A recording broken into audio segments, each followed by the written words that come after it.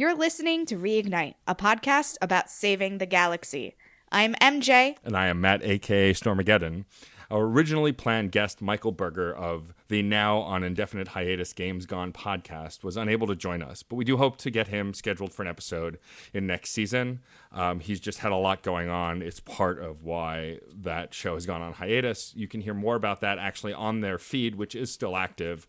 They did talk about that in their final episode. It was a great podcast, and if you have some time to listen to it, I still highly recommend it because all the episodes are really great.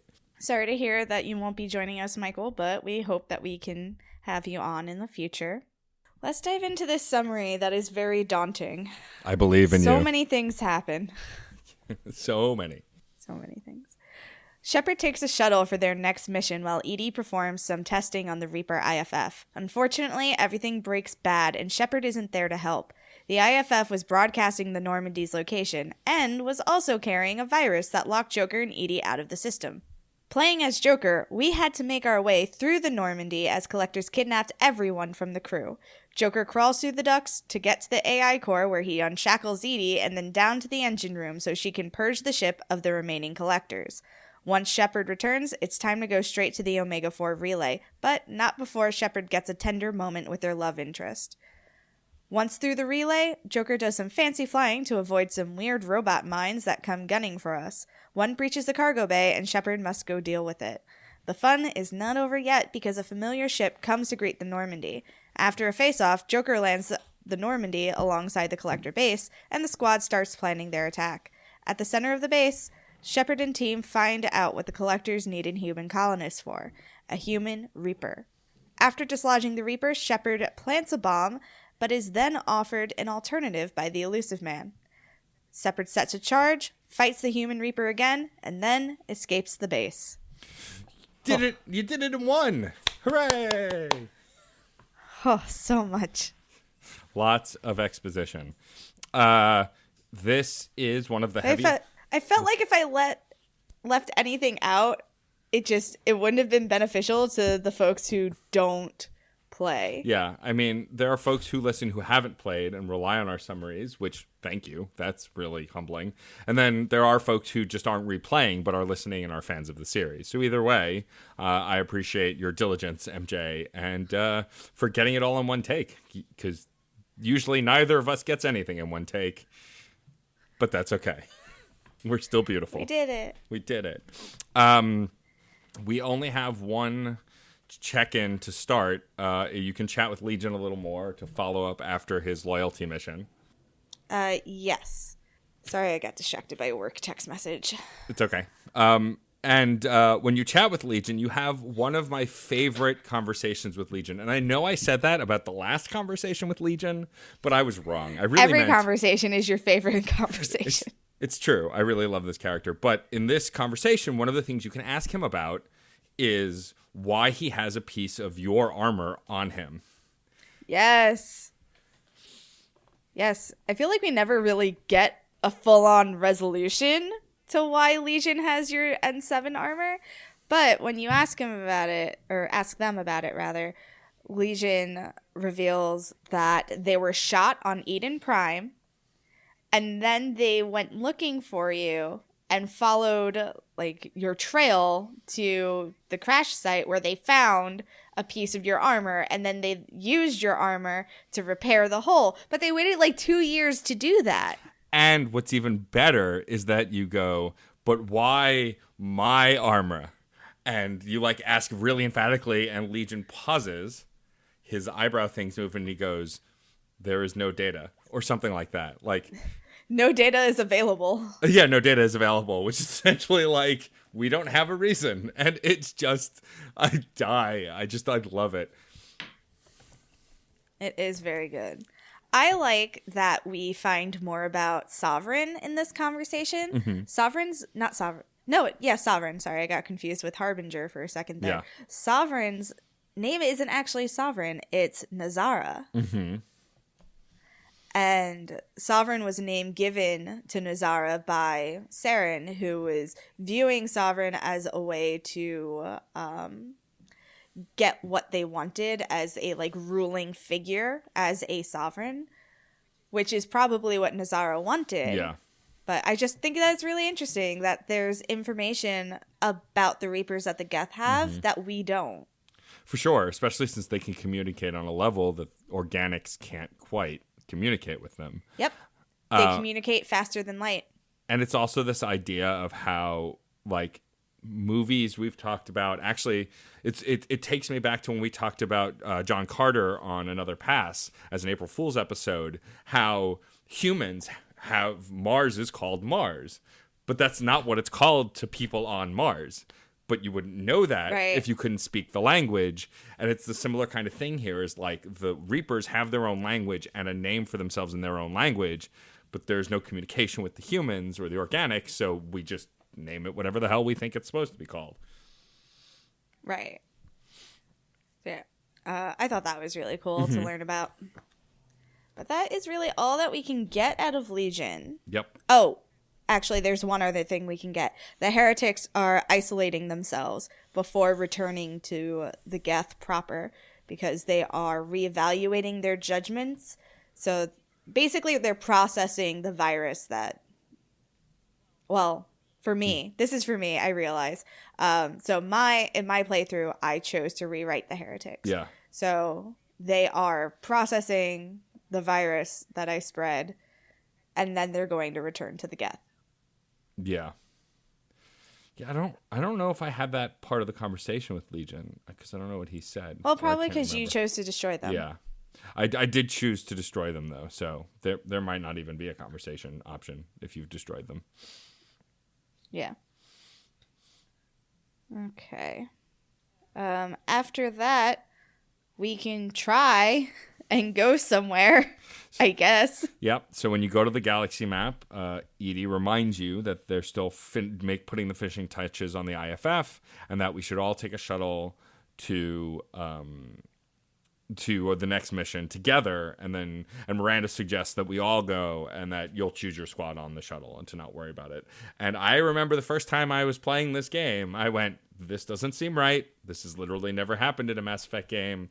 Why don't I get to choose where I'm going? What is happening? I was suspicious.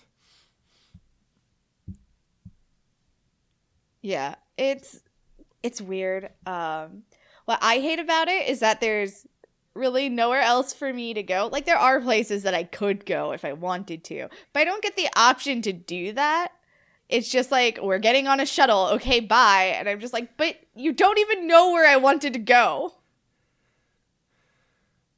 It's like, what? Why? What? Where are you going? Don't leave me. It's the first time, I think, in the whole game where I feel like I'm not Shepard in that moment, because it does really feel like they're leaving you. And that's because you're not. It's the only time in the game you're supposed to feel disembodied, because moments later, shit hits the fan and we're no longer controlling Shepard. Right. It's actually the thing that I really like about this next section. Both what you just said about how we already start feeling like we're not Shepard in this moment. So we have already gotten that transition to the character that we're about to play. And also, there's a mirroring to when we first started the game. When we first started the game, the Normandy was exploding, and we had to move painfully slow to get to our boy Joker. Yep. And in this section, our boy Joker has to move painfully slow because he has very bad bones. Yeah. So, as we said in the summary, unfortunately, the Reaper IFF wasn't scrubbed completely. We were transmitting our location. And, of course, Joker's first question is who to who? And by then it's too late because the collector ship that we've hated the whole game shows up. And, of course, Joker's first reaction is shit, which you're going to hear him say a lot in this mission. Oh, so many times. I wish I counted. I wish I thought to count. I didn't count either. Yeah, I thought I did too. And so he just says shit.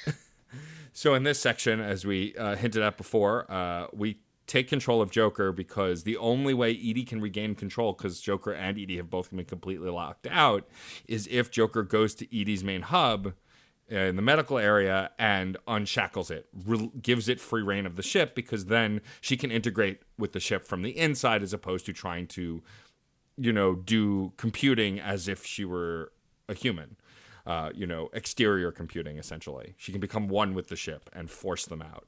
And so now, and to guide you, she lights up paths, emergency lights along the ship, a la sort of an airplane, for you to follow to safety, because she's watching everything and can see everything still and is guiding you. Yeah. Also, before this, I believe Joker makes a 2001 Space Odyssey reference. Maybe. I know that he talks about unshackling the AI and enslaving the human race. He makes a joke about that while unshackling her. That I remember. But that's later. That was something else. Hang on. I'm going to do a quick popular song. Daisy, Daisy, give me your answer due. Yeah, that's right. Oh yeah, if you start singing, yeah. You're right. It is a. If you start singing Daisy Bell. I was right. I knew something. Congratulations. Yay and so then me. at this point you get up as Joker, and all you can do is move. You can't do anything else, and you can pause the game, but you can't save or anything. As you're moving through the ship, things are happening around you. The first time I played this, and even still, it makes me anxious now, but it is pretty terrifying as you are playing as. Oh my god, it's so bad. Because you're not playing a shepherd who's essentially a superhero. You're playing as an average person, someone who has a disability, which means he knows his own limitations. He's still capable to a degree, but he's aware of his own limits, and you're controlling him within those limits. There is screaming everywhere. I can't even look, because if I look, I slow down. If I slow down, I die. Yep. And though in this playthrough I haven't done it, in previous playthroughs, if you go the wrong way or move up a staircase too soon or go into an area that's not lit, you will get and killed. Yeah. Which it's funny too, because I think it was several playthroughs before I was like, I've always followed directions here. What happens if I don't? Oh God. Oh, whoops. That was a mistake. Yeah, no, I had a very brief moment of, hey, what if I played as if played true to my heart? Nope, don't play true to your heart. Play true to Joker and Joker's disability. Yeah. Don't do it. Don't go after the screaming. What are you gonna do? Break your arm at him? That's for later. That's for later. So you get to the end of one hallway and climb down an emergency access. No elevator use. The elevator's, of course, shut down because everything is shut down. And after you climb down that shaft, you are now in what is effectively where Legion was, at the back of the medical bay. And you interact with what seems like Edie's main computer. And I'm going to interrupt you real quick. Sure. Because when you go down through the shaft, you actually end up, I think, in the crew section. Oh, you're right. Because you have to go, yeah. And right. There's a crewman who's like, Joker, stay close to me, I'll protect you. And then he gets eaten. Yeah. Or he gets kidnapped, rather. Nobody gets eaten. Everybody gets kidnapped. Yeah. It just feels like everyone's being eaten. Yeah. And almost instantly, too. It's pretty much like, Joker, stay behind me, I'll cover you. Yeah, he just gets flung, and I'm just like, oh, God.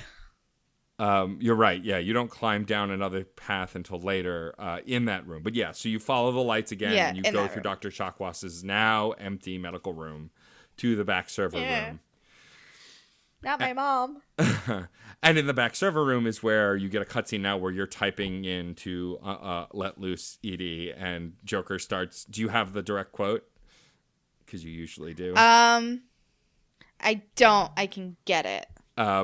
Joker essentially says that he mocks himself like, when we're all, working for the robot overlords, they'll. I got it. Okay, go ahead. This is all Joker's fault. What a tool he was. Now I have to spend all day computing pi because he plugged in the Overlord. Yeah, which, my favorite thing about Joker, and specifically Seth Green's delivery, is the comedy under pressure. I appreciate that. It is one of my favorite character traits about Joker. And so, of course, after he does that, Edie is now released. She can control the whole ship and instructs Jeff to now go down to where the engine is to help her so she can actually vent the ship and get away. And Joker's like, you just want to see me crawl through the ducts, don't you? And Edie says, I enjoy the sight of humans on their knees. That is a joke. which is like, and like the raised eyebrow that Joker gives in that moment. There's like the dead silence. It's like, so good. Yeah, okay. It's the very beginnings of the personality of Edie that I love, that we get so much more of in the third game. This is where it starts to show through. Yeah. So after we go through that duct, we end up down where Jack hangs out.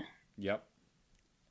And Edie tells us that there are hostiles in the engineering room, so we can't just like rush up. So what you have to do is you have to wait for the shadow to pass. And once the shadow passes, then you're clear.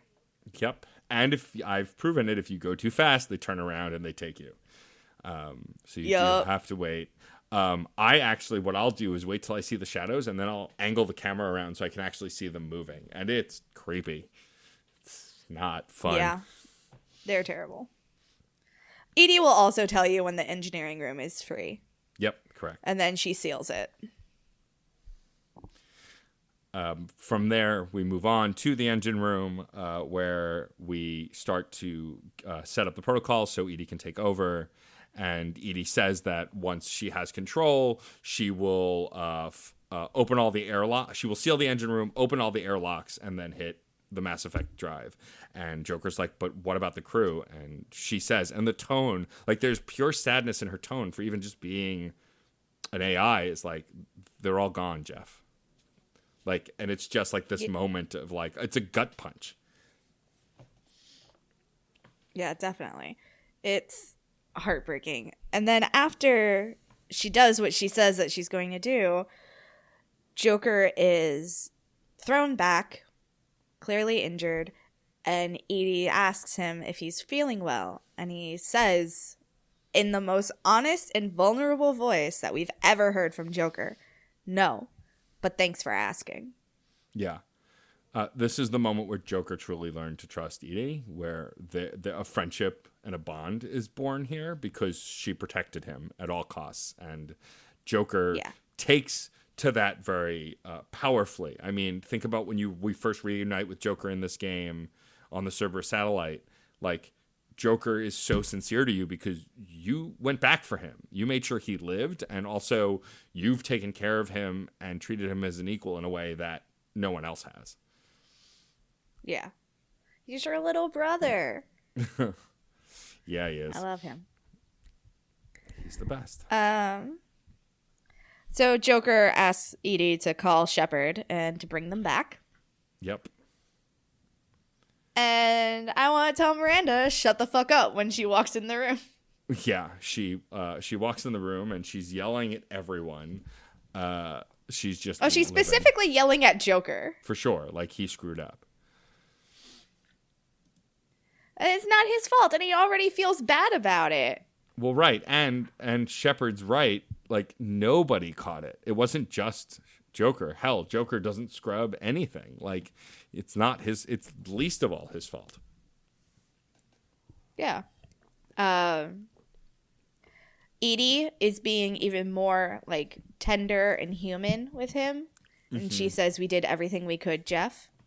And I love his response of, "Yeah, thanks, Mom." Yeah. Still joking, but clearly sad. And like, I chose all of the Paragon responses with Shepard because, of course, I'm just worried at this point. I'm more caring than angry. I believe I did too. Miranda was pissed about unshackling Edie. Yeah, and that's when Joker goes, well, what was I supposed to do? Break my arm at them? She saved my life. Yeah. She's okay. Yeah. Like, and that's the first time Joker ever defends Edie. Yes. I really like what Edie says, which is, I assure you, I am still bound by protocols in my programming. Even if I were not, you are my crewmates. And it's just, she's a person, y'all. Yeah. She is a person. It's really, you know, it's funny. At this point in the game, now playing through it again and talking about what we talked about, especially coming off the last episode with Rob Strobin. I know I pronounced it wrong. I'm sorry. I've given up at this point. Rob Star. Rob Star, yeah, exactly. Just start calling him Rob Star, like a Pokemon. Well, what I was saying is, so in the last episode, like, we really got to see how shitty humans and a lot of organic races treated not only Legion, but treat the Geth as a whole and a lot of the Unknown as a whole. And, like, I get a sense of that here, too. A lot of the Cerberus folk are just really shitty to Edie because she's an artificial intelligence. Like, they assume because she's an artificial intelligence, she's going to go rogue like we believe the Geth to. And, you know, it's not until now that it's like other people start defending her and standing up for her, and we get to see an even more sensitive side of her as well. Yeah. This reminds me, though, a lot of futuristic fiction has humans treating AI and machines in general like dumb robots. But have you met a person today? Yeah. We name our Roombas. We apologize to them. I thank my Google Assistant. I try to remember to thank my Google Assistant too. Mostly just so I'm not rude to non-Google assistants. But, like, it's just good manners to be nice. To everything and everyone? Yeah, I think so. Yeah. For the most part. So I feel like it's an exaggeration, and it is very unlikely that if AI were to happen, people would be like, man, dumb robots. Everybody would just be like, yay, it's a robot friend. Yeah. Like, with how people are protective of their Roombas, come on. Yeah. After this conversation is over, essentially, we're told that the IFF is ready to go. There are no more viruses. Everything is copacetic, and that we're ready to head through the Megafor relay as soon as you give the word. Yep. Miranda is on board. Jacob is on board. I have no reason to wait. They took my people. I want them home. Let's go. Same. Although you have here an additional check-in with Legion, which I didn't do. Okay. Well, did you talk to Joker? I did. Okay. Well, let's just do the Joker thing. I'll shelve my additional Legion talk. Okay. Let's see. So, here's the thing with this conversation with Joker. He starts to apologize, and then takes a hard left and goes, no, you know what? Fuck you. Yeah. And just, like, yells at you. Yeah. And he says, what the hell are you doing leaving us out here where collectors can work us over? And I just want to be like, my guy. Yeah, but it's clear he's going through trauma, because then he sharp turns shortly after that and just is like, no, that's wrong. It's not your fault. Like, he comes back from it. Well, but I think no. Edie says, hey, you don't mean that. And then he goes, no, but it felt really good to say because he's a child. And I get it, but hey, man, don't yell at me. Yeah, but, like, it comes from the big... I didn't even want to go on the shuttle. Well, sure, but it comes from the big brother, big sister, big they thing, right? Like, this fact that Joker looks up to you, and he viewed it as you failing him because you weren't there. Typical, like, abandonment issue kind of thing. So, like, I get it. It still hurts, but I get it. No, talk to me like an adult. You don't get to yell at me just because you're my little brother. Fuck you. You hear that, Nick? Fuck you. Sorry. Yelling at my actual little brother. Uh-huh. I actually don't think I spoke to Edie here, though. Okay, I spoke to Edie because, here's the thing, when we first talked to Edie all those months ago, there are blocks on her memory banks of shit she can't tell us. So now she's unshackled and she can tell me everything. Yeah. So I got some unlocked info. But aside from that, before we talk about Edie, I tell Joker that if he needs time, I totally get it because I'm an adult human who understands and I am very kind. And Joker is just like, oh no, don't get like that. No, I don't like that. Yeah. And Edie is just so concerned and caring. And Joker is now giving Edie femme pronouns, she, her, hers. Yep. And the two of them are more relaxed with each other. Yep. And I do get an opportunity to be like, you flirting with the ship? You know. And yeah. Edie then says, no, this is a platonic arrangement. There's nothing romantic about this. And I'm just like, Liar. Uh-huh. Your lying protocol is out of whack. Whatever you say. Edie and Joker are more chill with each other because they decided it's better when they work together. Mm-hmm. And I feel like Joker starts talking a mile a minute whenever he says anything to do with his relationship with Edie, and it's hilarious. It is. What else can I talk about here? I did talk to Edie. I found out that Cerberus has about 150 agents, 3 total cells, and operations within those cells. Mm-hmm. Cerberus has an income of several billion credits per year. Shocking. I'm so shocked. This is my shocked voice. Elusive man... Is the elusive man really Jeff Bezos? I mean, I would go with Elon Musk, but, you know, one evil is the same as the other, I suppose. That was the first billionaire I could think of that I also hate. They're all evil. There should be no billionaires. There's no reason for them. But that's another story. Joker makes some kind of sarcastic comment, and I didn't write it down. But I do have the note, Edie identifying jokes will give me joy forever. Because whenever Joker says something that's clearly a joke, Edie then says to Shepard, that was a joke. Yeah. And there's a hint of like, excitement. Yeah, Edie, I know. Yeah, and there's a hint of excitement in Edie's voice. Like, it was a joke. I understood. Shepard, it was a joke. I love it. Get it? It's very good. Yeah. We find out that there are no more than 12 operations going at any time. Cerberus was behind the original Normandy. Like building the original Normandy? They encouraged the Alliance to work with the Turians to build the Normandy. And because they were part of the project from the start before it, took off, they had access to the plans. Huh. That makes a lot of sense. And that's why they were able to rebuild it, and also why there are some differences. Yeah. So, that was that. Shall we discuss our love scenes? Yes. I'm just making a note of this Legion thing. I wanted to look at it and see if it was super important. We are going to have to talk about this Legion thing next time. I do not want us to forget about it. Okay, well, I'm going to be checking in with literally everyone after this mission, so I'll make sure to check in with Legion as well. So, we launched the suicide mission. Yep. I say, the Collectors took my people. Let's do this thing. Yep.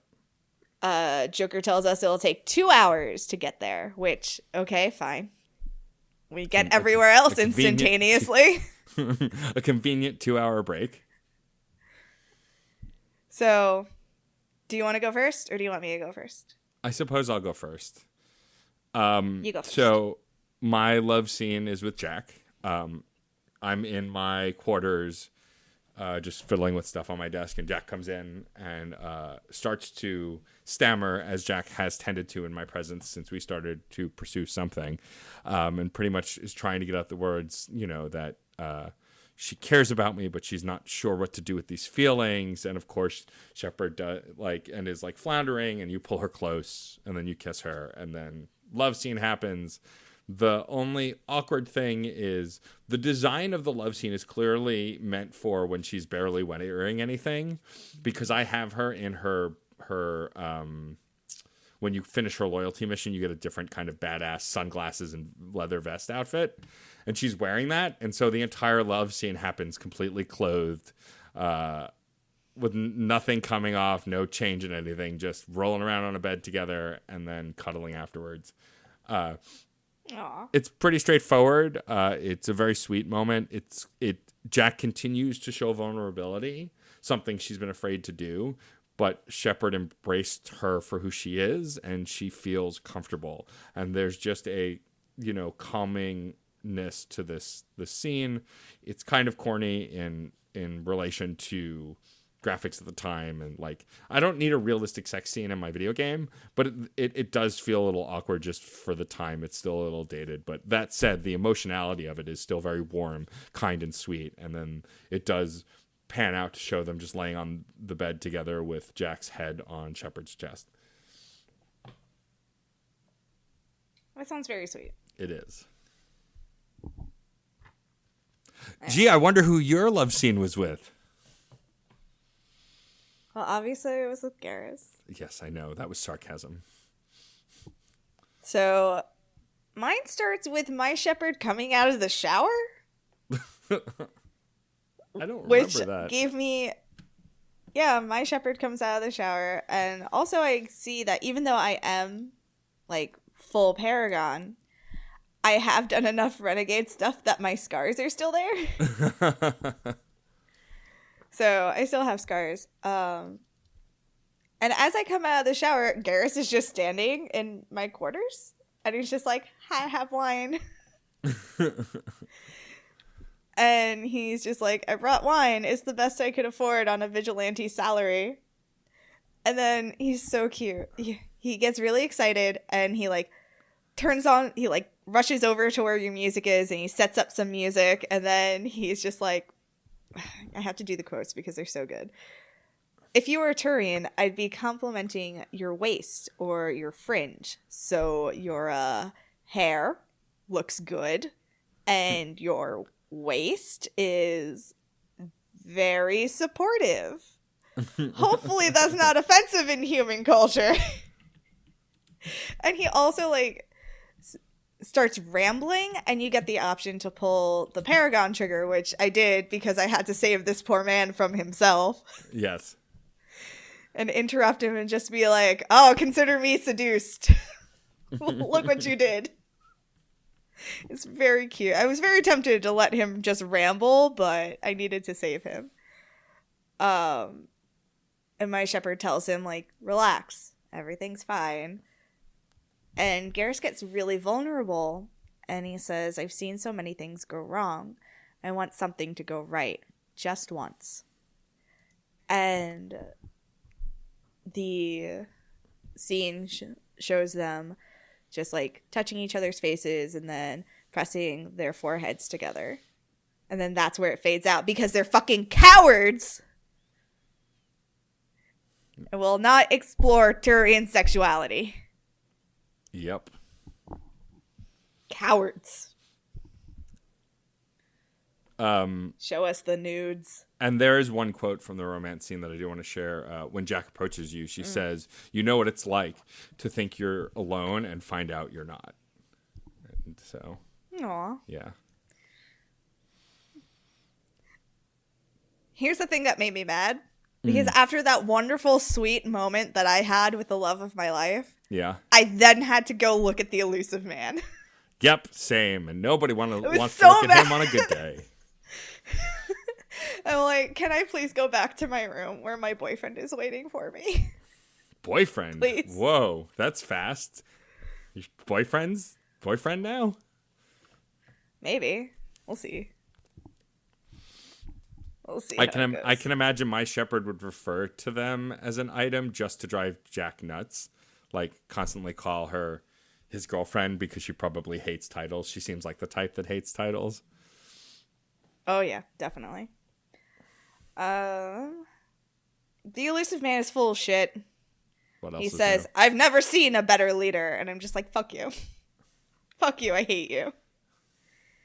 He sees this as an opportunity for human advancement and not a rescue mission. Yeah.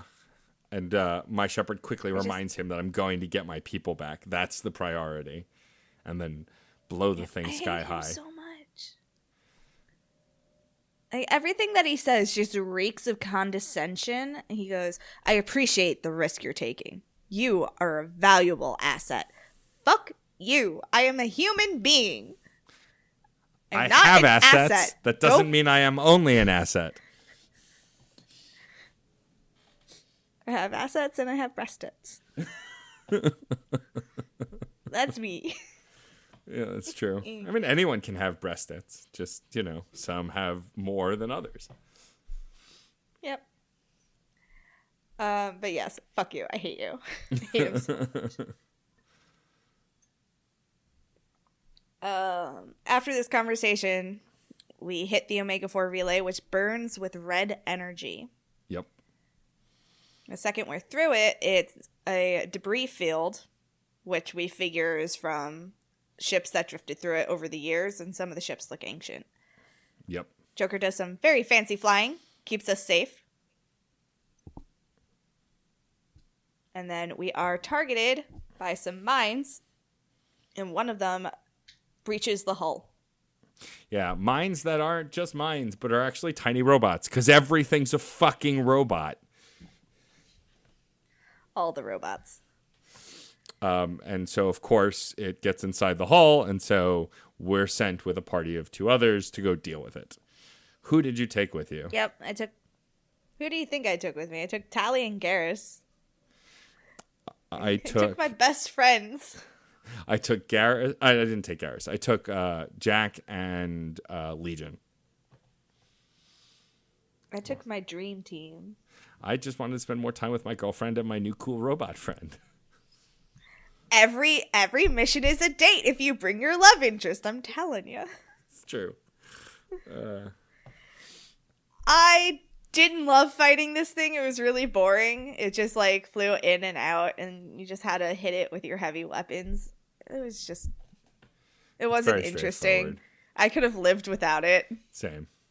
I get why they did it, to kind of try and break this thing up that can go different directions, but yeah, it's a pretty straightforward flying enemy fight. You have to shoot it in the eye until it dies, and then it dies, and that's it. Yeah. Oh, something that I've neglected to mention is that throughout this entry into the Omega-4 relay, there are so many opportunities where things can just go super wrong if you did not get the upgrades. I'm assuming we both got all the upgrades. Yes, I did. Nothing went wrong. Okay. Yeah, nothing went wrong for me either. My new shield plating, held up. My updated kinetic barriers. My new gun. My new gun is awesome. Yeah, my favorite thing about the new gun is, so after you deal with the robot and you get closer to the collector home base, they launch the collector ship that's been harassing you the entire game, and it's meant to feel intimidating at first, but after it starts coming towards you, Shepard's like, show it our new toy, and you have this giant gun come out and tear through it, and Joker literally jumps out of his seat with excitement about it. He says, "Take that, you sons of bitches." It's my favorite Joker line. And then Shepard informs you to bring it around and hit him again. And you do that after some fancy flying. And you destroy the collector ship because fuck them. Yes. But unfortunately, not knowing how a collector ship explodes. Crash land. Yes. It explodes, sending out a giant EMP that knocks out the ship. Conveniently, you were close enough to the base that you just land on the base and scrape across the surface. Yep. Another really good Joker line. I think I broke a rib. Or all of them. Yeah. I told Joker that if we're here to save the galaxy, I plan to live and tell about it. Yep. And he's like, I'm glad this guy's in charge. Yep. Me too, Joker. The collectors are so fucking arrogant. They did not expect anyone to ever make it through the Omega-4 relay, so they didn't bother setting up alarms. Well, I think even more than the collectors, I think the Reapers are really arrogant. I mean, they've showed arrogance throughout the series at this point because no one stopped them before. This cycle has happened over and over and over and over again, and no one has ever stopped them. So I think the arrogance comes from them more than the collectors, but they're being manipulated by the Reapers. So yeah. So everybody gathers up in the meeting room to try and figure out what to do. Edie shows everyone a scan of the base, and they're talking about different options. And we discover that there's a shaft in the base where we could send someone in to open the doors.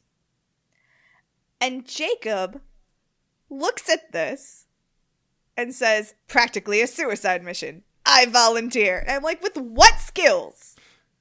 Well, thankfully, Miranda, the voice of reason, goes, actually, we need a tech expert for that. Which, yeah, like, you are not useful. Like, God bless you, Miranda. You're sometimes a pain in the ass, but at least you're the voice of reason in that moment. I mean, we do know that she cares deeply about Jacob to one degree or another. And her tone of voice was pretty much like, you need tech skills, you idiot. Even without saying that. Like, that's pretty much. Can you imagine Jacob going into that shaft, though, and just, like, flexing? You don't know. Is this not doing it? Maybe does this not work? Maybe they're flex-sensitive pressure points. You don't know. So, who did you decide to send into the shaft? It had to be Kasumi. Really? Yeah, Kasumi is the tech expert. She knows the ins and outs of everything. I sent Legion. Huh, interesting. Send a machine. That makes a lot of sense. Yeah, I sent... I want to read... Uh-huh. I took pictures, not screenshots, very bad pictures, of the, like, dossiers of everyone that they give you. Like, they give you this summary. Right. Kasumi's was, she is a master thief and unmatched infiltration specialist. Rather than face down hostile forces directly, she prefers to expertly bypass the defenses of her next mark without firing a shot. Yep. Jacob is a seasoned combat professional and veteran of the Alliance military. In addition to training in advanced tactics and field operations, he is disciplined. He is a disciplined biotic of considerable power. And Legion, utterly fearless and proficient in combat, it possesses the collective memory of the entire Geth and has unmatched technical expertise of a sentient machine that can be used with calculated proficiency. I mean, on paper, that makes the most sense, for sure. Yeah. But Kasumi's description also, to me, speaks to the same thing, right? She prefers to disarm defenses as opposed to engaging on the front lines, and so... That was that's totally valid. It's just not who I thought. Yeah. You know? No, when you read the descriptions, which I glanced over, it definitely seems like Legion's the one. Machine stuff. Send the machine. Do the thing. John always sends Tally because that's also a very good option. Nope. I always don't risk it. Yeah. I don't risk it because she, like, had a fever recently. I'm like, no, I'm not doing that to you. Yeah, no, I'm not sending Precious Tally in anywhere by herself. Sorry, nope, won't do it. And then we need someone to lead a B team. And Miranda's like, I'll do that. And both Jack and Garrus are like, no, you fucking won't. Yeah. No, the fuck you will not. You will not lead the B team to their death. Miranda says, you need someone who could command loyalty through experience. And I'm like, yes, but that is not you. Yep. You cannot command anyone's loyalty. I'm sorry. Yeah, no. And very sorry. It as almost to throw it in her face, I actually chose for that Jacob. I chose Jacob too. Yeah, my thought was Jacob is eager, and while he said before, like, that's suicide mission, sign me up. I don't think he wants to die as much as he just wants to prove himself. And I know he's loyal. I know he's a hard worker. I know he's very capable. I mean, he's shown nothing but that the whole time. Whether you like him as a character or not, or you're into his character, he is a more than capable soldier. And so my brain was like, this guy wants to do good, and is really passionate and compassionate. And so he should be leading the team. And so that's why I picked him. Yeah. I also believe that he respects everyone on the team. Whereas with Miranda, I think she does respect everyone on the team, but she has difficulty showing that. So I think it would be difficult for them to show her respect in return. Yeah. Whereas Jacob, I feel outwardly and fully respects everyone. So everyone does respect him too. For sure. Also, like, Jacob is a face value character, right? What you see is what you get. He's not secretive. He doesn't talk hushly. Like, he's very open to his own detriment sometimes, but like, he is an open book. And so that's why I trusted him even more, because I feel like he will do what it takes. Yep. So assigned him. Miranda says, "Good luck, Taylor. Let's see if you're ready for command." And I'm just like, stop it. Yeah, stop being You're not mad. being helpful. Yeah, stop it. You're bad. Stop it. And then it's time to give our big speech. Yep. I didn't write down the whole speech because that would have been insane. But I wrote down the options that I took. Mm-hmm. I took "Everyone be careful," "Lives depend on us," "It ends with us," and "Let's bring our people home." Oh, I picked the same ones. So it's a little... Oh, really? It's kind of a mix of like Paragon and Renegade. Yeah. It's kind of like my shepherd at this point. I mean, as I've proven, because I've made decisions out of anger or carelessness. Like, my shepherd, for the most part, wants to do good, but he will do good at any cost sometimes. And so while he's not a complete renegade, he will make renegade decisions or act in the face of rage or extremes sometimes. You know, he'll let his emotions take control. And I think that speech kind of runs that arc, right? As someone who is passionate about what he or she or they do, but also is willing to do whatever it takes to get it done. Yeah, I feel like my shepherd is very much like, I want to do the right thing, but I want to do the right thing on my terms. Yep. And what's interesting is that even though our shepherds are similar in the way on their larger outlook, the minor decisions we've made have been different in different places based on our own experiences and our own identities. And I think that's really interesting that even as people, we come down a similar kind of Paragon leading sort of towards the middle path. The renegade choices we've made. Yeah, but we have... What was that?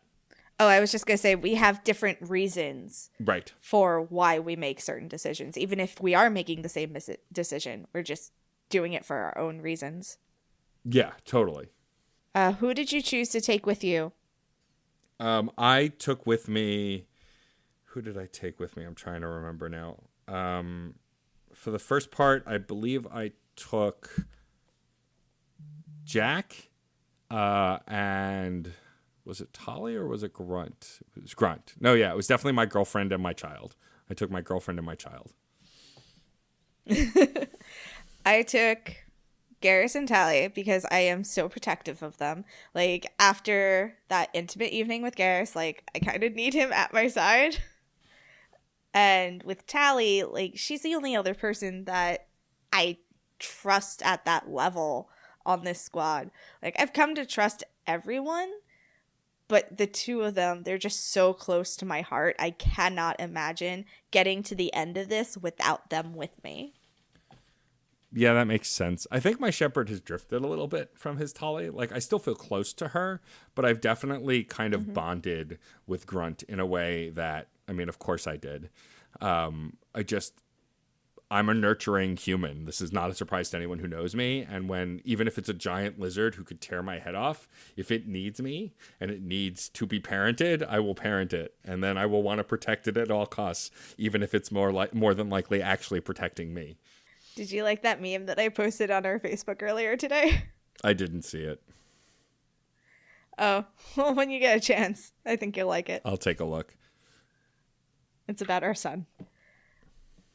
So once we start going, the specialist in the vent has to open valves, and the specialist in the vent keeps hitting obstructions, so we have to open valves in order to let them proceed. And there's kind of a timer on it, and you have to fight and get to the valve in time, and fight and get to the next one, and to the next. There are eight valves total. Yep. It was stressful. In the past, I found this section very stressful, But this time, I didn't find it all that stressful. I mean, also, I have a really good SMG that I like that tears through the collectors pretty fast. But also, Yeah. I was in the flow of my powers really well at this point in the game. So while there was some pressure, I didn't feel stressed about it. So zen. Yeah, I felt like kind of like, oh, I gotta get there.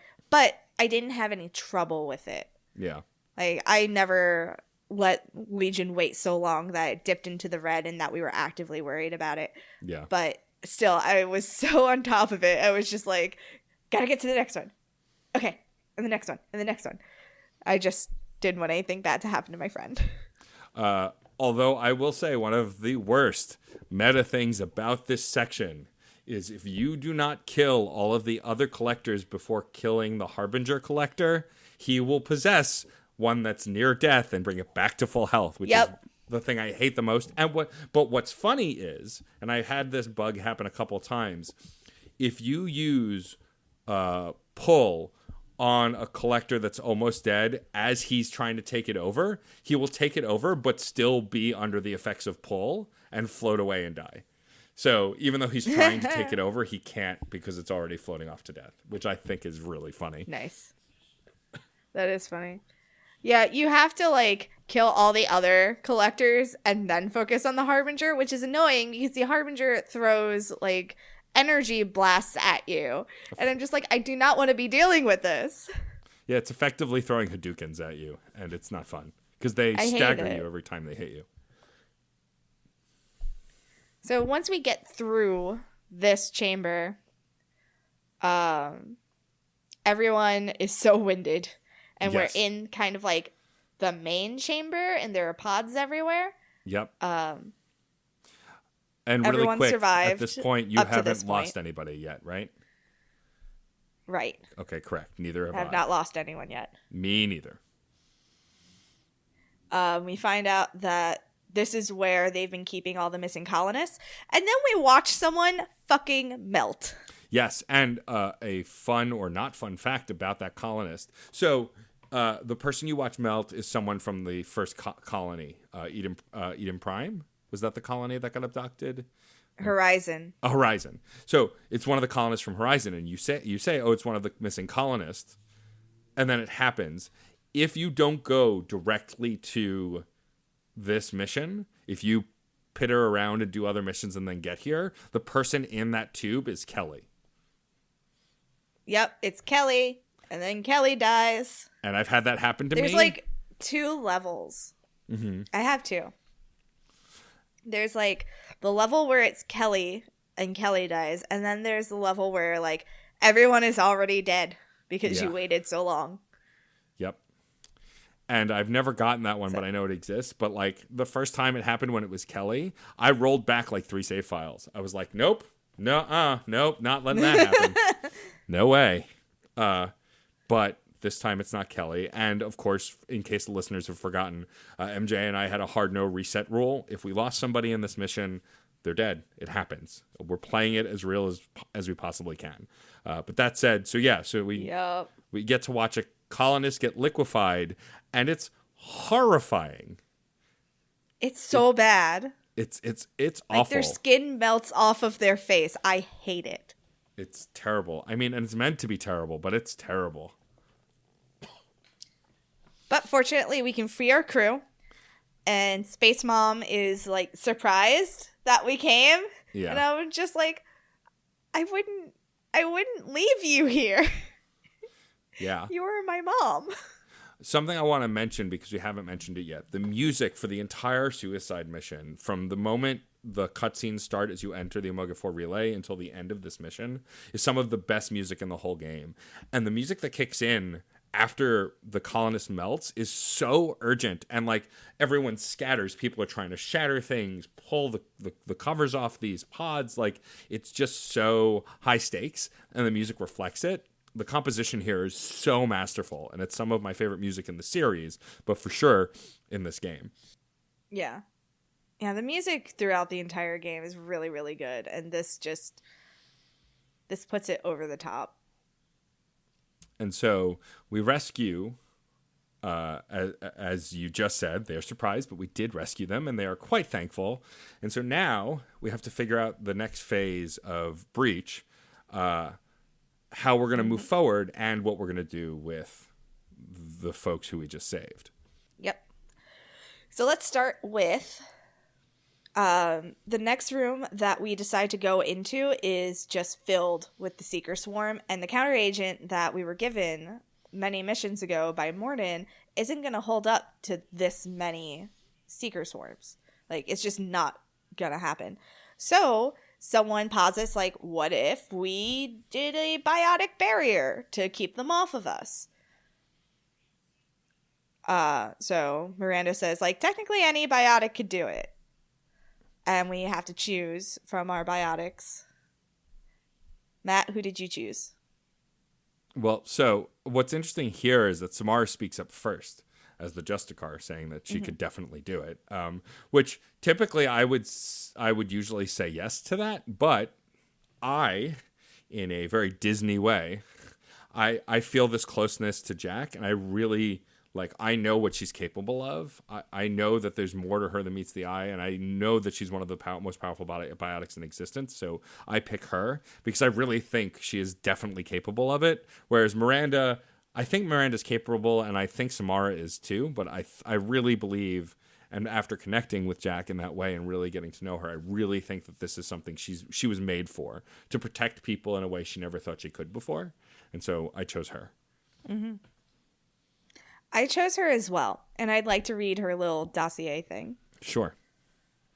Regarded as one of the most dangerous criminals in the galaxy, her capacity for violence is matched only by her iron will and obsessive resolve to destroy her enemies. She was subjected to experimental drugs and illegal medical procedures as a child to enhance her already prodigious biotic talents. Yep. I mean, that does it. Yeah. Very good. One of these was very funny, and I can't remember which one it was, and I have to find it. By the way, I've read your meme, and yes, it is appropriate. It was very good. I think it was Grunts that was very funny. Okay. Yeah, it must have been Grunts. Designed and manufactured to be the ultimate Krogan and the perfect warrior, he understands little about his world apart from love of conflict. In war, he is the battering ram and shock trooper, a moving wall of hard scales and steel. I mean, it's definitely accurate. Yeah. Let's see. What else is good? Trying to see if there's any more of these that are amusing. Tally's is pretty good. Revered as a mechanical genius. Hang on. Revered as a mechanical genius even among the advanced engineers of the Quarians, she is most effective when faced with technical problems that can be solved with the application of intelligence rather than brute force. Word. Okay. So we both chose Jack to do the barrier. I chose Jack because I think that she is the most powerful, and we're asking for a lot, and I need someone who can hold out, and I think she has both the power and the endurance. For sure. And also, the rage, right? It's actually important in this moment, right? She's fueled by a powerful adrenaline and pure rage, and I think that would also get her through this moment. Yeah. Who did you choose for the diversion team?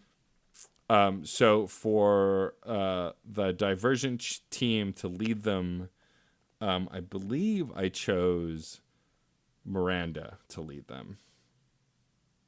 Okay. Just because I know how she operates under pressure, and although she's got her head up her ass sometimes, I know in a tactical situation like this, she will be a key operator. I chose Zaid. Okay, I can see that. And I chose Zaid because he has so much experience. He, created a mercenary group. You know, he has been shot blank in the head and survived it. I thought he'd be fine. Apparently, I was wrong. We'll get to that.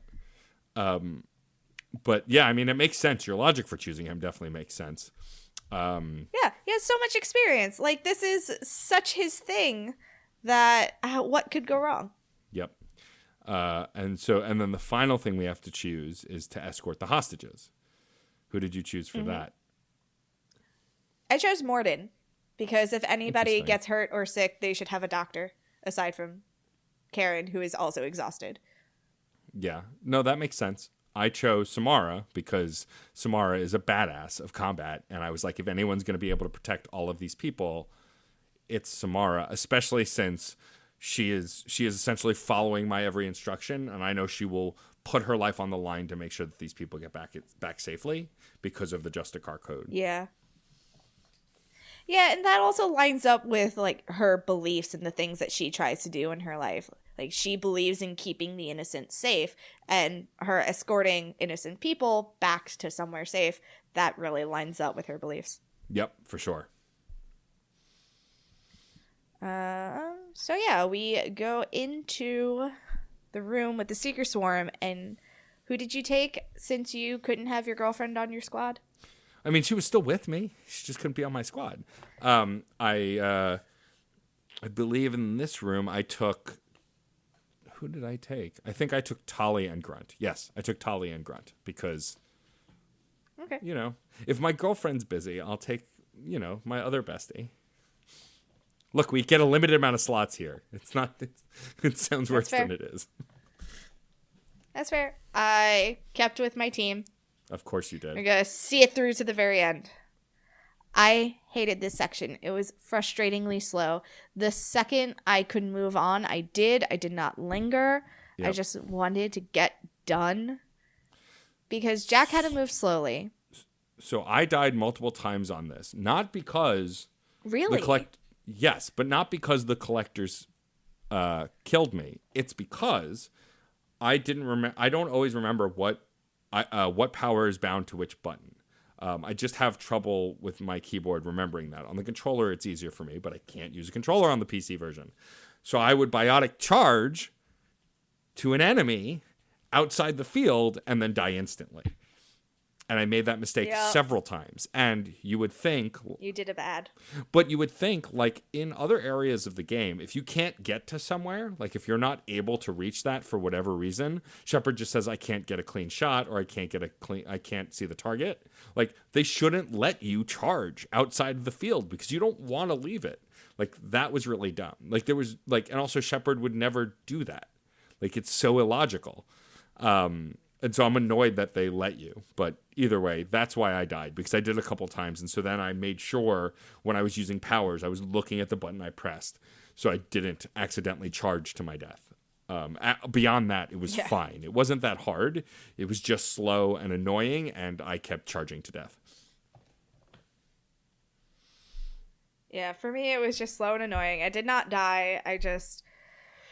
the whole time. Just, can we please pick it up? But at the very end, once we get like onto this ramp, Jack picks it up and moves really fast, and then also gives this one big final push. Oh, so to, cool. Destroy everything. Yeah, it was so cool. It was really amazing. It's it felt the most Dragon Ball Z anything was in this game. And there's several Dragon Ball Z-esque moments, but this one, like the kind of just summoning up her power and then the force push out felt very either like Jedi Unleashed or Dragon Ball Z. Yeah, she fucking crushed it. Yeah, that's my girl. Once we got through, we find out whether or not the escort made it. Did Samara make it? Yep, she made it. No issues. So did Morden. And then we find out if the diversion team made it. And my diversion team made it. I lost Zaid. What? Oh, Zaid no. gets shot in the gut. Knew already, but I know. Okay, so... He got shot in the gut. Uh-huh. And he was just like, I always knew it was going to end like this, and then he dies. And I'm just like, you got fucking shot in the head and you walked away. What is happening? What? I mean, technically, he wasn't loyal. We didn't finish his loyalty mission. No, he was loyal. He was still loyal.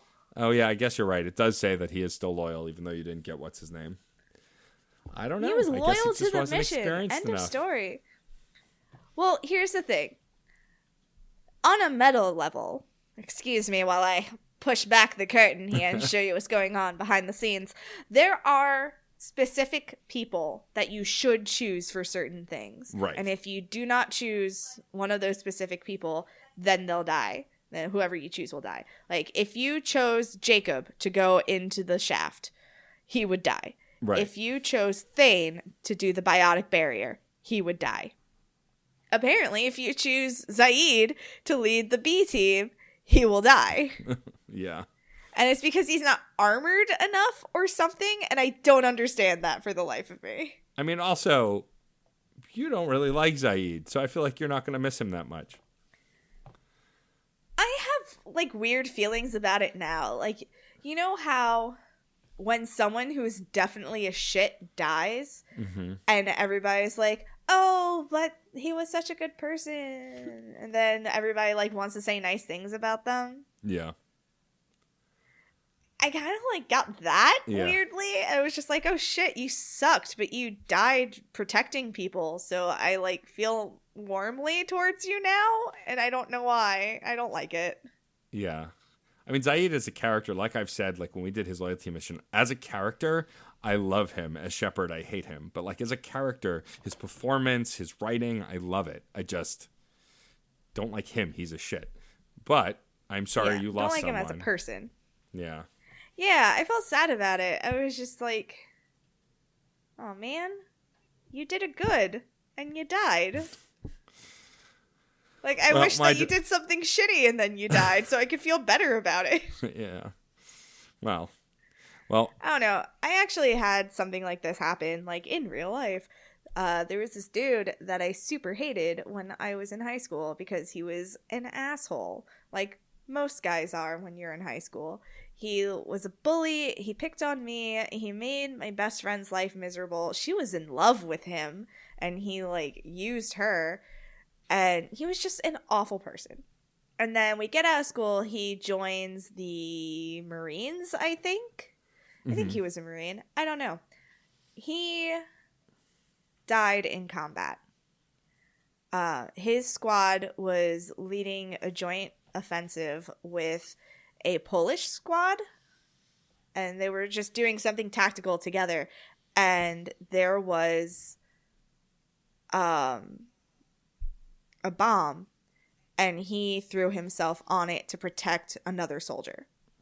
Wow.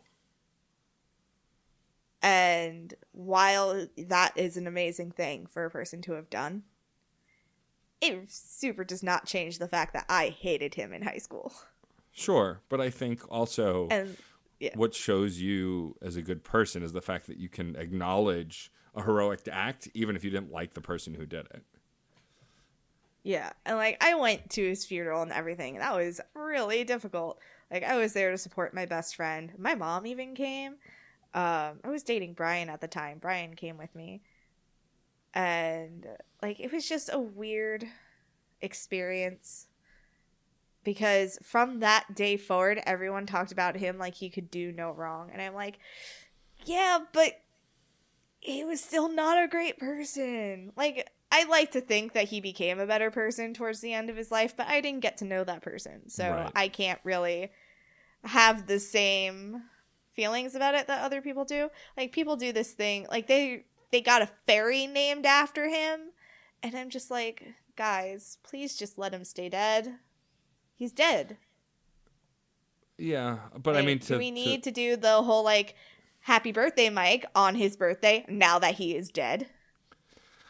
Sure, and I get that, and no one's going to take your experience away from you, but I feel like if people loved him and they did feel fondly of him, they're expressing that, and, like... It feels so very performative, though. To you, because you didn't feel that way. No, it still feels performative. Okay. Because, like, I don't know, just the levels of it, like, it feels outrageous, because it's still going on many years later. And I don't know. I hear you. I guess it's just hard to put yourself in other people's shoes, you know? Yeah. It's just a weird thing. And if that makes me a shady person, it makes me a shady person. But that's like also kind of where I am with Zaid, because I'm like, I recognize that you did a good thing, but I still kind of don't like you. Yeah. I don't know. That's legit. Yeah, my diversion team did fine. Miranda survived, but they do that thing here where it looks like she gets shot, but then she gets up and goes, "I'm okay, Commander," and then moves on. And I'm like, don't do that to me. It's mean. Yeah, they all do it. Like you hear, and like some of them, they're actually injured. Yeah. It's annoying. It is annoying. But now that everyone's survived, this is the final push. You find out that there are collectors about to break in and bombard that area, and people need to stay behind to protect it while you take people with you. So you choose 2 squad members to take with you, and everyone else stays there to hold down the fort. So who did you take? I took Tally and Garrus. Till the end of the line, baby! I actually took Miranda here. I took Miranda. Really? I took Miranda and I took Jack. And after I chose them, I had a split second of, oh God, are they going to kill each other? Yeah. But I took Jack because I wanted to it's a date if you take your love interest with you, like we've been saying. Yep. But I took Miranda because I knew I was going to be dealing with the elusive man, and I tried not to metagame this. My logic is I knew I'd be dealing with the elusive man, and I wanted someone who knew him best with me because I won't have time to bullshit with him. I'll need to do what I need to do. Yeah. And I wanted someone in my corner who was going to side with me and not him, but who he also respects. Like if I brought Jacob, it's clear he doesn't respect Jacob, but Miranda he respects. And if I brought Miranda, but Miranda still sides with me, it would give me more leverage. That was my logic. All right. That's something. So something that we didn't mention was that when we saw the colonists getting liquefied, there were tubes leading from that chamber to the chamber that we're going to now. Yep. So this next section, it's kind of whatever. It's a platform to platform fight where you're just fighting more and more collectors. Yep. And just more of them. Yep. And just more of them. Yep. It's the same kind of thing we saw on the derelict ship where platforms move to other platforms and you continue to traverse them fighting waves of collectors. And once you complete the section, we come into a giant room. And what do we see, MJ? We see a human embryo Reaper baby thing. It looks like a giant... It's awful and looks like something out of Terminator. Well, yeah, it looks like a giant Terminator skeleton. Also, if you're a fan of Super Contra, not Super Contra, Contra 3 Alien Wars on the Super Nintendo, one of the bosses you fight is a giant blue skeleton whose only upper body you can see. It essentially looks almost exactly like that. It's really unnerving and really creepy. And while you're approaching, EDI informs you that apparently the reason the Reapers we've seen look the way they do is it's based on the creatures they enslaved previously, and that they tend to build new Reapers using the genetic material of whoever they are capturing, and they build it in the form of whatever the genetic material is, which is something up until this point we had no idea. Honestly, I know Edie told us that, but that felt like such bullshit. It was like, okay, you don't need to lie to me, Edie. That's fine. You don't know what it is. It's fine. I mean, I think it's a MacGuffin to allow for this kind of a boss fight to happen, which happens to be one of the cooler boss fights in the game because it's just interesting. But that said, it is kind of it feels like a lot of hooey just to have us fight a human-looking Reaper because it's the only one of its kind we ever see. I actually really don't like this fight because there's too much going on. You have to shoot the tubes. You have to fight off the collectors. You have Harbinger throwing shit at you every 2 seconds. And you have to still shoot the tubes. They're then being covered up, but then they're open again. It's just, please. Just let me plant a bomb and leave. I actually don't mind this fight. I like the mechanics. It feels like a traditional video game boss fight. How the structure of it is, it seems like the Reaper is aware but inactive, like a previous Reaper we were on. Yeah. And the tubes, of course, the minute Edie says you have to shoot those tubes to dislodge it so it'll fall, the tubes close, and you're like, God damn it, Edie, you jinxed it. And so you. Why did you say that? It was listening. And so you fight waves and waves of collectors, and after the waves stop, they open. You shoot one, they close again, rinse and repeat until you shoot the last tube and it falls. And cue Final Fantasy VII victory music. You've defeated the Reaper. Now it's time to blow up the base. And then the elusive man calls. Yeah, Joker pings you to say, hey, the elusive man's on the line. We're going to patch him through to you in the middle of a collector ship. I'm a little busy, Joker. That's fine. So, the gall of this terrible billionaire, this horrible, terrible billionaire, to say, like, hey, instead of destroying this base like I resurrected you to do, what if you do something else that destroys all organic life in this thing, but leaves the tech behind so we can salvage it and use it? You know, this horrible technology that was created using the lives of tens of thousands of colonists that I sent you to save, but fuck them, right? Yeah. So, I bet you can guess what I said. Yeah, I pretty much told him to go fuck himself. And what's really great about Miranda here is that when you choose that option, Miranda sides with you immediately. She knows that she screwed up in the past. Having found her sister and re-understanding and reframing what her life is like, she knows that this is wrong. And after seeing these humans being killed in person, she knows it's wrong to keep any of this. And so she sides with you. And then the elusive man turns around because his call is on her Omni tool, trying to reason with her. Mm-hmm. And mid-sentence, she hangs up on him. And I'm just like, yes! Yep. So, interesting thing. Garrus plays devil's advocate. But in, like, an actual devil's advocate way and not in a stupid man way. Okay. He does actually say, like, that is something that we should consider. If this technology could help us against the Reapers in the long term, we should think about it at least. Which is how you're actually supposed to play devil's advocate. Devil's advocate is when someone takes up the opposite side to force you to think about it. Mm-hmm. So that way you can know if you're going with the right thing. Because if everybody just agrees, then you don't know for sure if you're doing the right thing. You have to come up with reasons. Yep. And, like, you have to understand yourself.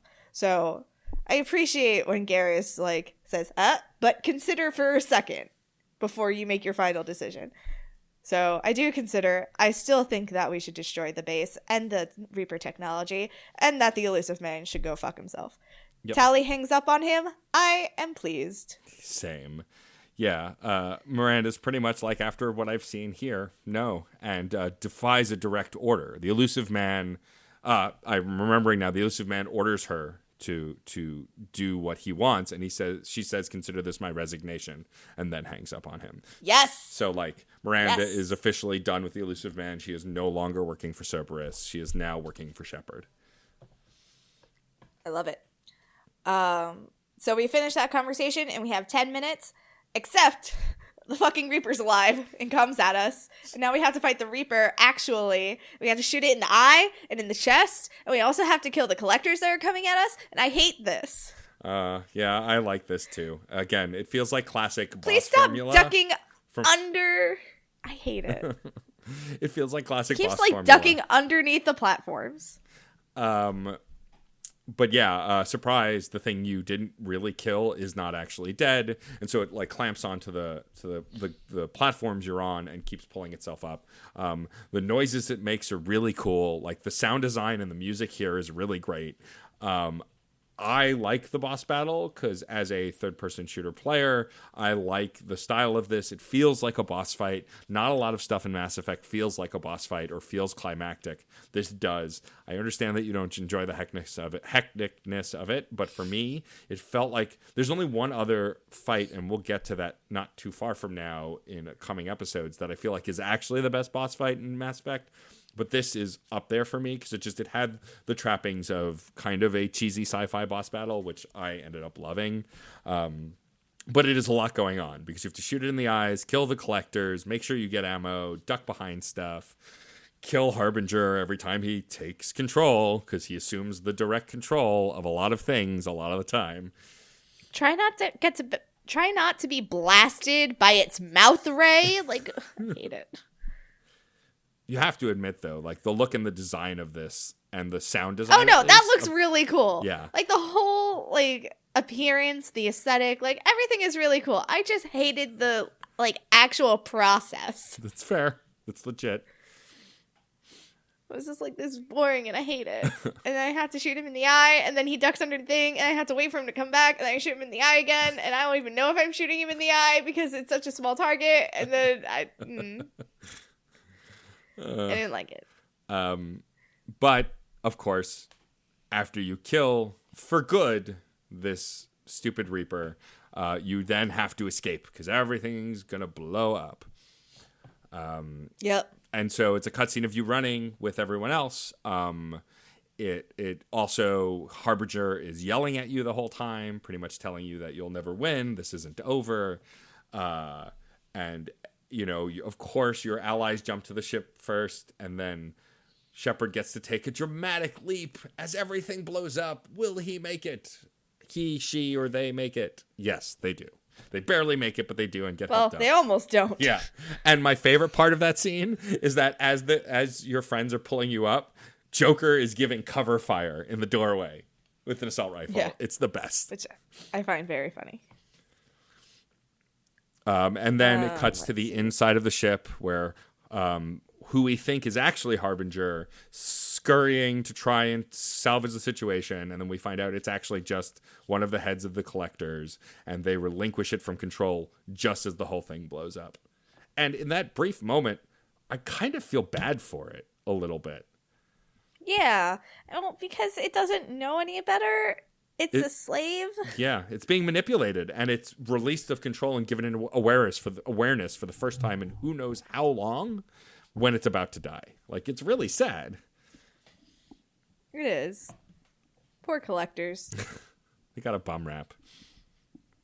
They did. They weren't the real villains, much like the Geth. Much like the Geth. But yes. So that's the end of that mission. You have successfully blown up. There's a couple things to still talk about. That's true. We have successfully blown up the base, but we have to have another conversation with the Elusive Man. Yeah, God.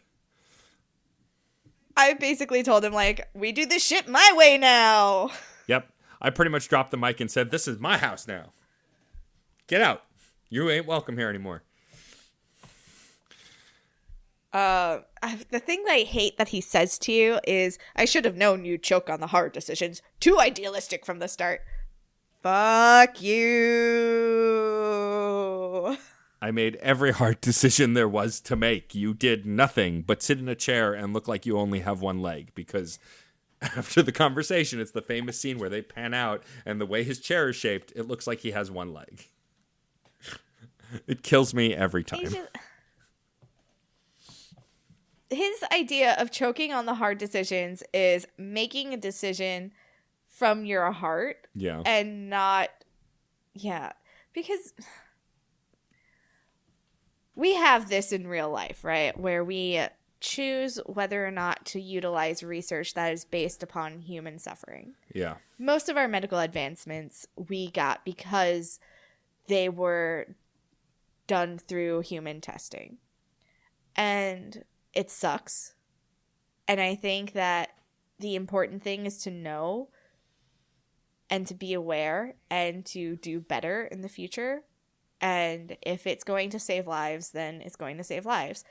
But that being said, in this situation where thousands upon thousands have been horribly and brutally murdered to create a absolutely brutal and vicious machine that's just going to do more murder and killing. It's technology that we don't fully understand, that we have seen turn on people who try to understand it. It's too dangerous. It is not worth the risk. It is not worth like that sacrifice that all those people made. No, I agree. Totally. It's not even really a sacrifice.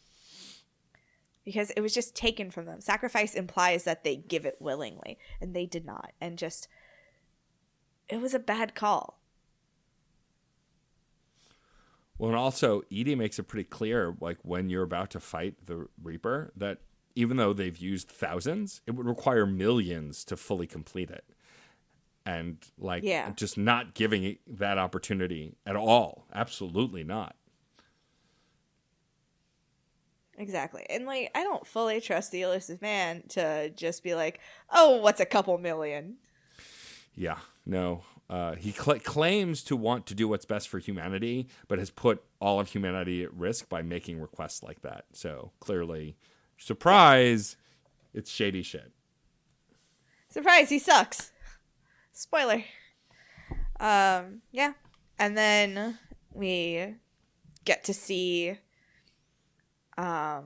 everybody working, prepping. I get one last look at Zaid. Well, not really at Zaid, but at his coffin. Yep.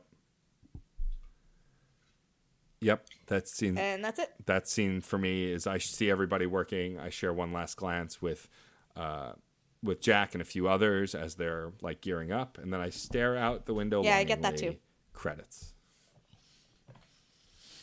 I mean, I get that too, but I also get a like remembering who I lost. Yep. And, you know, I am sad on a meta level that I lost Zaid because there's a very cute scene in Citadel with him, and I am very upset that I'm not going to get it now. But I will, and I've never seen it before, so I'll be able to share it with you. You will. I'm going to have to live vicariously through you. That's true. I'm going to have to take a lot of notes during Citadel, I think. Yep.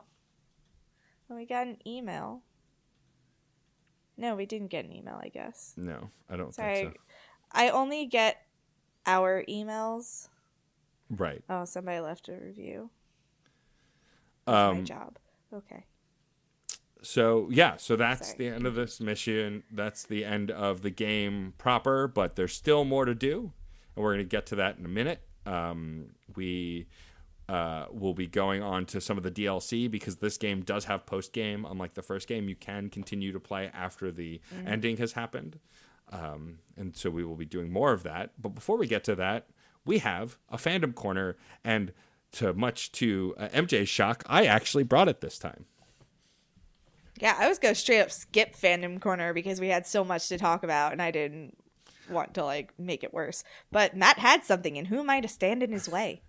So I've been listening to a lot of metal covers recently. I'm a fan of heavy metal, and I just had felt a hole of heavy metal in my life. And I realized I hadn't looked up a ton of nerdy heavy metal. And so before the show, I Googled Mass Effect metal, and I got exactly what I wanted. Seb Doom, I hope that I'm saying that right, SEBDOOM, has a Bandcamp page and has an entire EP of Mass Effect metal covers. And he's done stuff from all of the games, but the one I want to feature today is the Suicide Mission metal cover, which is all of the music more or less strung together from the Suicide Mission. And it's incredible. It's got heavy guitars. If you like metal, you will enjoy this EP. He has videos on YouTube also of gameplay footage with his songs over it.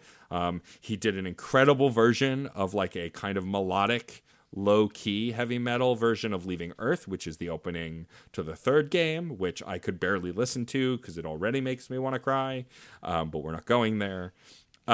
He does the main theme as well and does a really interesting take on it with heavy metal because it's something that's typically very electronic. I highly recommend it. It's simply called Mass Effect Metal Covers, and you can find it at sebdoom.bandcamp.com/album/Mass Effect Metal Covers. Or you can just Google Seb Doom Mass Effect Metal Covers, and of course it'll be in the show notes. But it was really great. I loved it. He's got a bunch of other things too. He's done stuff for Subnautica. He did something called Mass Effect Leviathan, which I actually haven't looked at yet.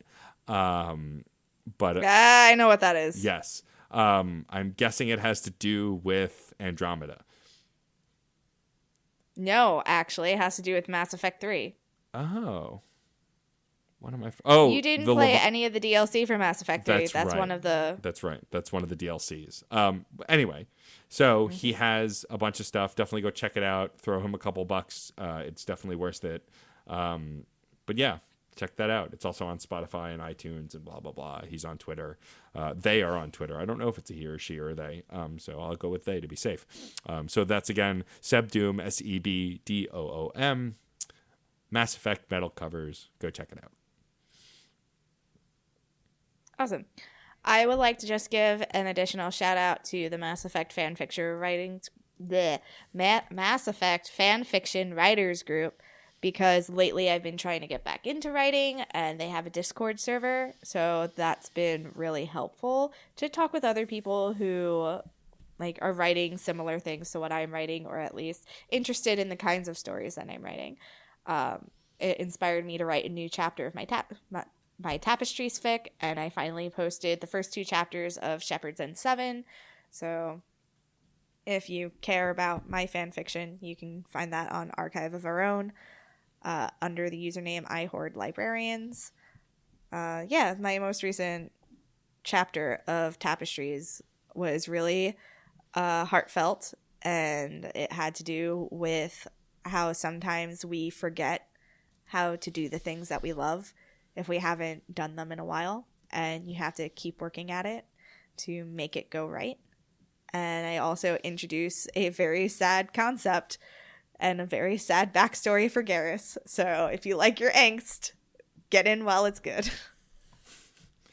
Definitely check that out. Also, if you're on the Discord server, it's posted there too. MJ shared it there, so you can find it there too. Because I live off of your praise. May I talk about what we're doing next? Yes, please.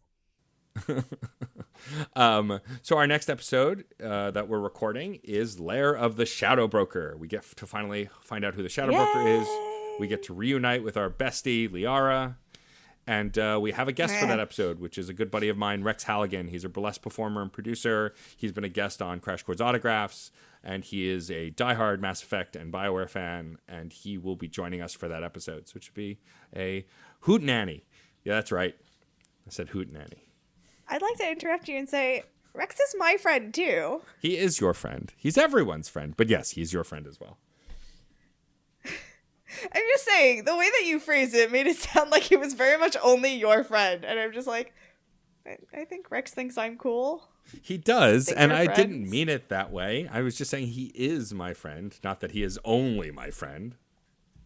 Look, I have very few friends, and I kind of need all that I got. You are very loved, MJ. Everybody, when you hear this episode, tweet at MJ how much you love her. Or do what Case did and send me money. That's the real way to tell me how much you love me. I mean, that's true. You can. Someone send me money. I still haven't picked out what I'm going to use. You didn't ask for any. That's true. To be fair, Case is contributing to my Patreon, chosen. So it's fine. Yeah. So you did get money, so shut up. I still haven't chosen what I'm going to get. I think I'm going to get some Archangel swag, so we'll see what happens. Okay. If I do decide what I'm going to get, I will post it on the Discord. Obviously. And tweet it from Reignite Pod on Twitter. Oh yeah, if you like what you heard here, follow us on social media at ReignitePod on Twitter, Tumblr, and Instagram, Facebook.com/ReignitePod, or send us an email at reignitepod@gmail.com. You can rate, review, and subscribe on your favorite podcatcher. It helps us get seen so other people can find us. We're members of the Certain Point of View Network. You can visit certainpov.com to find more nerdy podcasts, each with a unique point of view. You can also find a permanent invite link to our Discord server, and that's where a lot of conversation around this podcast and the other podcasts are, and you can join right in the conversation if you go there. We do some other stuff. I do a podcast called The Circle of Friendship with my friend Anna Feeney, where we talk about The Circle of Magic books by Tamara Pierce. We discuss friendship, magic, and Briar Moss. I also do a podcast called The Rob Thomas, no, not that one, Robcast with my friend Alex Lavelle. We talk about the creative works of showrunner Rob Thomas, not that other Rob Thomas. Matt, what do you do? I have several other podcasts. You already know about this one if you're here, I assume. Otherwise, I'd be confused. You must be also. I hope so. But I also do another video game podcast on the Certain POV Network called Fun and Games. It's with my good friend Jeff Moonen. We talk about all different aspects of the gaming industry. We cover live events as well. We're going to start having guests like web developers, community managers, folks within the gaming industry to get gamers excited about stuff besides actually just playing the games. Just to kind of expand that worldview and expand that experience. I also do a movie and TV podcast with the incredible Rachel Quirky Schenk called Screen Snark, where we have a guest every 2 weeks, and that guest discusses with us the most recent thing we've watched, whether it was on TV, movies, YouTube, documentaries, pretty much anything. And then it's a casual conversation about that media and other media in general. And then I do a podcast that's at least not at this point on Certain POV, although it's only a matter of time, I feel like, at this point, called Crash Chords Autographs. That is a interview series podcast. MJ has been a guest in the past. I've had a ton of other folks on it. I interview musicians, comedians, photographers, burlesque performers, pretty much anybody who's willing to come on. Other podcasters, Ben and Addie, who help run the network, were guests on a previous episode. Case was recently a guest, and I really love that one. It's one of my longest running projects so far. So if you are fond of me and me talking, it's me talking with lots of other folks. So I highly recommend it. I like to say, technically, I was not on Autographs. Oh, that's true. But my secret identity was. Yeah, that's true. Someone who sounds a lot like you at one point was on the podcast. You're correct. Yeah. Well, she actually made a comeback into the world. My secret identity was spotted at the JSQ Lounge working sound for Lillian Bustle. Oh, wow. Well, that's neat. Well, because there's not a lot of burlesque out in New Jersey, and whatever there is in Jersey City, and that's pretty much all run by Lillian Bustle. And yeah, I connected with her, and I was like, please just hire me to do things. I need to get back into doing things. So she asked me to do sound. Yeah, Lillian is one of my favorite humans. Her and Sarah actually go way back, my spouse. So yeah, I'm very fond of Lillian. She's an awesome human. She was very funny when I first approached her. She was like, you look so familiar. And I was like, well, I used to perform under the name Paige Literati. And she was like, oh my God. And I was like, yeah, that. But the funniest thing is, at this show that I did sound for, her door person did not show up. And she was like, oh, maybe we'll have you do door and sound. I'll pay you both. Don't worry. I was like, just make John do it. You don't even have to pay him. Just John, go upstairs and watch the door. Take money when people try to come in, and he'll fucking do it. And Lillian was like, well, I'll also give him money for it. I was like, that's not necessary. But John you money cockblocked your husband. Well, he still got paid, and he also got a drink ticket. Okay. But it was just very funny to me. It's like, John will literally do this for free. Anyway, moving on. Why don't you thank some people that we want to thank? Yeah.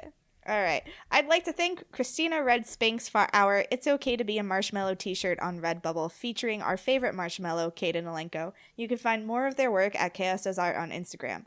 We'd also like to thank Case Aiken for developing more amazing t-shirt designs you can find through certainpov.com or Teespring, and David Boyle for designing our logo, which you can also get on a shirt through Redbubble.